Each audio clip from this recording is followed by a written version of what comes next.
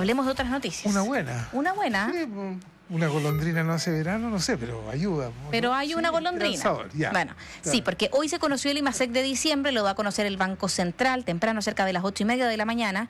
El IMASEC de diciembre de 2024 fue de 6,6% y el crecimiento de todo el año llegó al 2,5%. Fue la cifra que se conoció hoy de parte del Banco Central. Y para hablar de esa cifra, desglosarla, ver cómo se viene el 2025... Estamos en contacto con Valentina Pablaza, investigadora del Observatorio del Contexto Económico. Valentina, te saludamos, gracias por estar en contacto con Expreso Bio Bio. Hola Álvaro, hola María José, gracias por la invitación.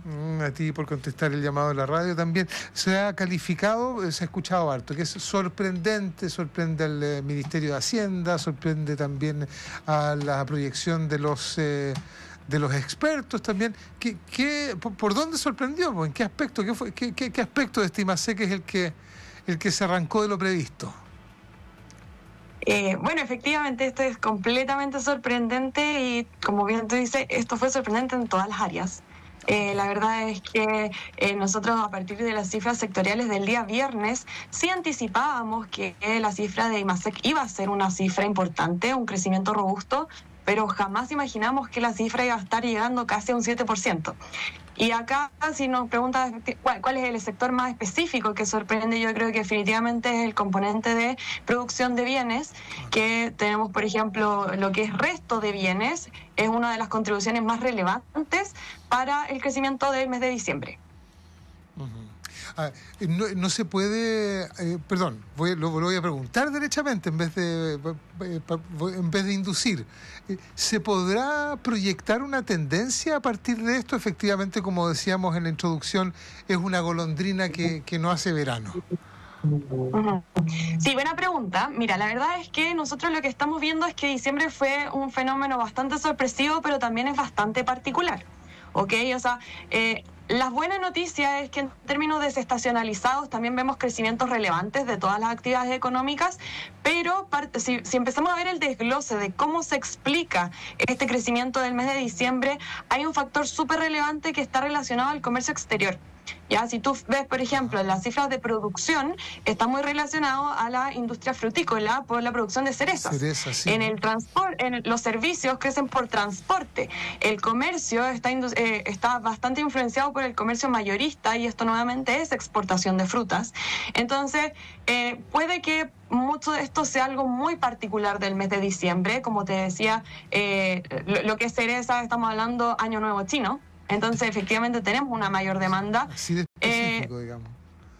Claro, entonces puede que mucho del crecimiento de diciembre sea bastante específico y en ese sentido es donde nosotros sí llamamos a la cautela de decir, ojo, este es un dato puntual de diciembre, tenemos que reconocer que es un excelente dato y ojalá nos gustaría que se puedan seguir repitiendo de aquí hacia más adelante, pero todavía hay que tener cautela y yo creo que habría que esperar enero, febrero para ver si es que efectivamente esto ya representa cambios de tendencia, claro, antes de cantar victoria para el resto del año. Sí, Valentina, tal como lo decíamos hace unos minutos, este resultado por supuesto tiene implicancias en lo que es el cálculo preliminar de la variación del Producto Interno Bruto de 2024, es decir, de lo que fue el crecimiento económico, porque mucho se habla de crecimiento, de las proyecciones, etcétera. Entonces, se habla ahora de un promedio de crecimiento de 2,5%, que es leve por sobre la estimación del Ejecutivo, que era de un 2,4%. Si tenemos que hacer ese balance del 2024 con este crecimiento de 2,5% en promedio, ¿se sacan cuentas positivas, negativas? ¿Qué se espera para el 2025 también con este dato ya de crecimiento?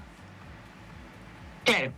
Efectivamente, como tú lo mencionas, con este dato se podría concretar un crecimiento del PIB para el año 2024 de 2,5%, y esto es una muy buena noticia nuevamente. ¿Por qué? Porque las cifras a lo largo del año nos fueron ajustando las expectativas a la baja.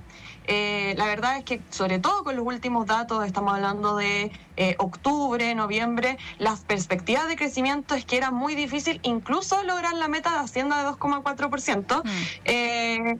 Y en ese sentido, obviamente, hay que reconocer que esto, de nuevo, es una muy buena noticia que hayamos alcanzado el 2,5%, pero nuevamente llamamos a la cautela en el sentido de que esto puede haber sido también algo muy influenciado por lo que pasó en diciembre. Si nosotros vemos, por ejemplo, las cifras ya a nivel agregado, efectivamente vemos que este crecimiento es uno de los más altos que se ha registrado, estamos rompiendo tendencias. La última vez que tuvimos un crecimiento así de alto obviamente fue 2021 con como los ajustes después de la pandemia, etcétera, pero después si vamos un poquito más atrás, esto ya se parece a cifras del 2018. ¿Ya? Y acá, ¿qué es lo interesante? Es que, por ejemplo, si lo vemos a nivel de cada sector, la minería se pegó un salto sumamente importante. De hecho, si nosotros miramos las cifras hacia atrás, este es el mayor crecimiento que se registra en minería en más de 2 décadas. ¿Ya? Y ahí es donde nosotros empezamos a decir como, bueno, sí podemos ya celebrar que este fue un buen año, sobre todo pensando también, recordemos que a principios de año nosotros decíamos, la pregunta en un momento fue, ¿vamos a alcanzar el 2% sí o no? Entonces, claro, ahí está la conclusión. Efectivamente 2024 fue un buen año, tuvo una recuperación importante de la minería, que creo que es una súper buena señal para de aquí en adelante, considerando también que el próximo año se vienen más proyectos de inversión minera que deberían mantener estas tendencias. Pero también vemos una recuperación más bien transversal de varios sectores de la economía. Valentina, y que claramente no puedo dejar de preguntar, porque tenemos por una parte el IMASEC, el crecimiento que podríamos decir que son sorpresivos y son buenas noticias. Puntuales. Pero por otra parte tenemos también el aumento del déficit fiscal, digo, de 2,9% del Producto Interno Bruto, y una deuda que alcanza ya un 42,3% del Producto Interno Bruto. Por ende, ¿qué podríamos decir que son los desafíos de aquí en adelante para que estas buenas noticias no se vean apaciguadas con esto otro y la gente pueda sentir que la inflación comienza a decrecer, que el dinero comienza a valer un poco más? Porque vemos esto que son datos claramente macroeconómicos, pero la gente en su casa siente la inflación del día a día. Sí, y justamente te iba a agregar ese último dato, que era las perspectivas de inflación.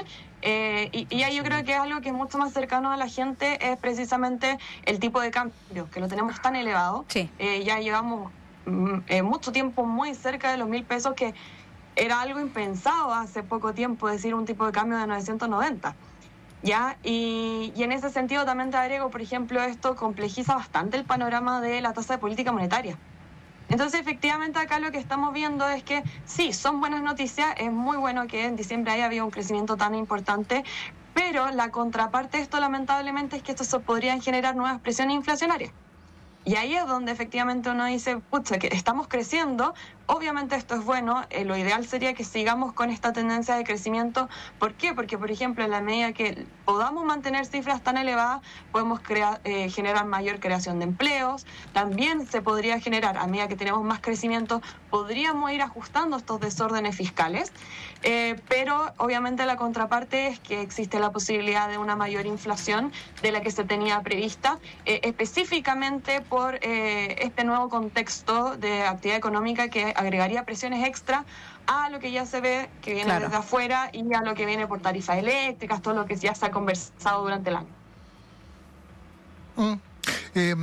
A eso hay que sumarle los anuncios de Trump en materia arancelaria también, que le agregan un tono de incertidumbre también, ¿no? El aumento de aranceles a México, a Canadá, a China, el impacto que eventualmente va a tener en Chile. Me refiero ya a temas de orden estructural, como por ejemplo, por lo menos al mediano y largo plazo, cómo va a impactar esta cifra la recién aprobada, o todavía se tiene que despachar la ley, digamos, pero la recién aprobada reforma de pensiones, Valentina. Hay varios elementos que entran en juego y probablemente el más acertado, medalla, se sube al medallero, es la decisión del Banco Central de haber mantenido la tasa de interés, ¿no? Porque esto debería cambiar en materia inflacionaria de aquí al segundo semestre, ¿no?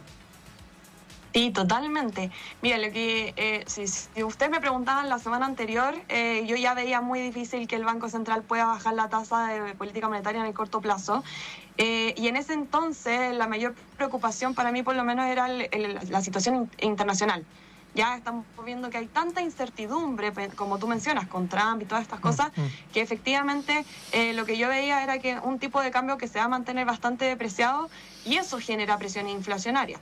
A eso le suma el contexto interno de, por ejemplo, el ajuste de tarifas eléctricas, reajuste de ciertos servicios indexados como los arriendos, educación, durante el primer trimestre, que nuevamente se refleja más inflación. Y yo les decía que el hecho de que la actividad estuviera creciendo en torno a su tendencia, en torno a 2%, era una cifra positiva para la inflación, precisamente porque permite aminorar estas presiones inflacionarias. Con el dato que vemos ahora, lo que sí genera preocupación es que si es que esto efectivamente se corrobora una tendencia de crecimiento económico distinta y que se podría materializar durante los próximos meses, esto implica nuevas presiones inflacionarias que no teníamos contemplados en un inicio. Y ahí es donde efectivamente decimos se vuelve aún más complejo el espacio para mover la tasa de política monetaria, y esto nuevamente respalda completamente el actuar del Banco Central de decidir no solamente mantener la tasa esta reunión, sino que probablemente la va a mantener la mayor parte del año.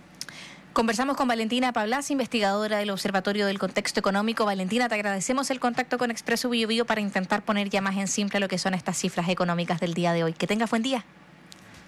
Gracias a ustedes, que estén bien. Buenos días, Valentina, gracias.